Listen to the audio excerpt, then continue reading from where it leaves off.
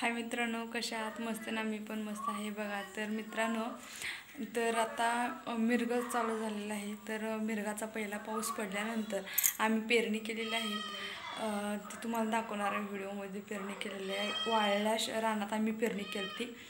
आम्हीच नाही तर पूर्ण गावकऱ्याने वाळल्या रानात पेरणी केली ती. मग आम्ही असं वैतागून गेलतो की पेरणी केली, आता उगवणार कसं? पाऊस नाही, पाणी नाही. गेल्या 3 वर्षात पाण्याची अवस्था इतकी बिकट झालेली आहे की पीक येणं मुश्किल झालं. तर मित्रांनो, पीक पण आलं नव्हतं. गेल्या वर्षात वर्षभर पाऊस झालाच नाही. प्यायला देखील पाणी नव्हतं. आमचे स्वतःचे 2 हिरे असताना देखील आमची पाणी प्यायची पण म्हणजे पाणी पिण्यासाठी पण आम्हाला विकत म्हणजे असली बेकार परिस्थिती झाली. फक्त प्यायला एवढंच चालू करायचं. त्यातून जनावरांचं 2 दिवसात एकदा पाणी चालू करायचं, जनावरांचं बघायचं, आमच्यासाठी वापरायचं, एवढंच. म्हणजे आता पण तीच परिस्थिती चालू आहे. पण कसं आहे मित्रांनो, आम्ही तरी पण पेरलो आणि काही म्हणजे भागातल्या पूर्ण म्हणजे आता मी सांगली जिल्ह्यातून आहे, तर आमच्यात सांगली जिल्ह्यातील अनेक भागात म्हणजे जेवढे तालुक्यात असतील, आमच्या तालुका सोडून अनेक म्हणजे जे सांगली जिल्ह्यात दुसरे तालुक्यात, आमचा तालुका सोडून दुसरे तालुके, त्या ठिकाणी पाऊस नसल्यामुळे, पाणी नसल्यामुळे त्यांनी अक्षरशः शेत पिकवण्यासाठी पाणी विकत घेऊन आपली शेती पिकवलेलं आहे. मित्रांनो, इतकं भयंकर असल्या परिस्थिती होती. तुम्हाला तर माहीतच आहे की पाऊस ह्या वर्षीचा उन्हाळा इतका भयंकर होता.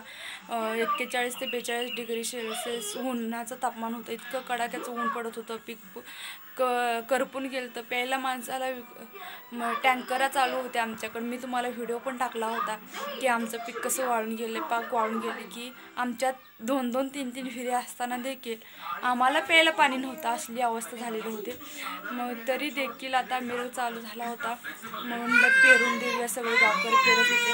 पेरलो होतो हिच्यात. काय केलीस ग? थांब, मी आलो, 1च मिनटं.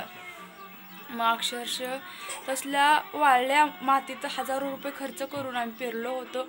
तर आता 5-6 दिवस झाले पेरून. तुम्हाला मी दाखवते पेरलेले व्हिडिओ. मी बनवत होता, 2 दिवस झाले अपलोड करायचा, पण तो काय मी नंतर आज मिरगाचा पाऊस पडला. 5-6 दिवसांनी का होईना मिरगाचा पाऊस पडला. अक्षरशः रडू येत होतं. का पेरलो बाबा, असं का केलं आम्ही? सगळेजण म्हणत होते का पेरला एवढ्या लवकर? काय गडबड होती? मिरग चालू झाला, रोहिणी चालू झाल्यावर पेरायचं नव्हतं का?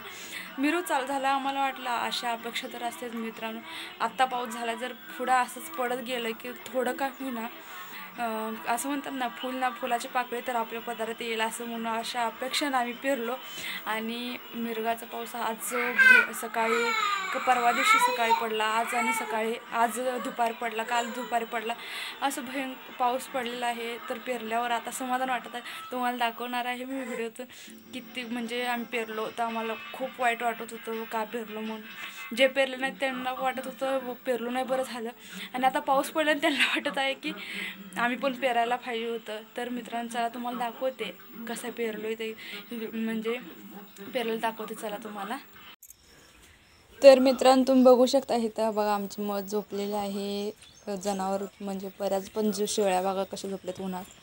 कडक असं ऊन पडलेलं आहे. सकाळचं ते वातावरण आहे. तुम्ही बघू शकता. आता तुम्हाला दाखवणार आहे पेरलेलं का तिथं पूर्ण असं मी मध्यभाग घेऊन थांबलेलं आहे. इकडे बघू शकता तुम्ही कडेला, या कडेपासून त्या कडेपर्यंत पेरलो आहे आम्ही.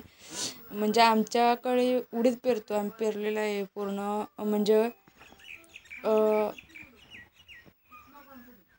मातीतच पेरलो, म्हणजे ह्याच्यात बिन ओला असताना आहे.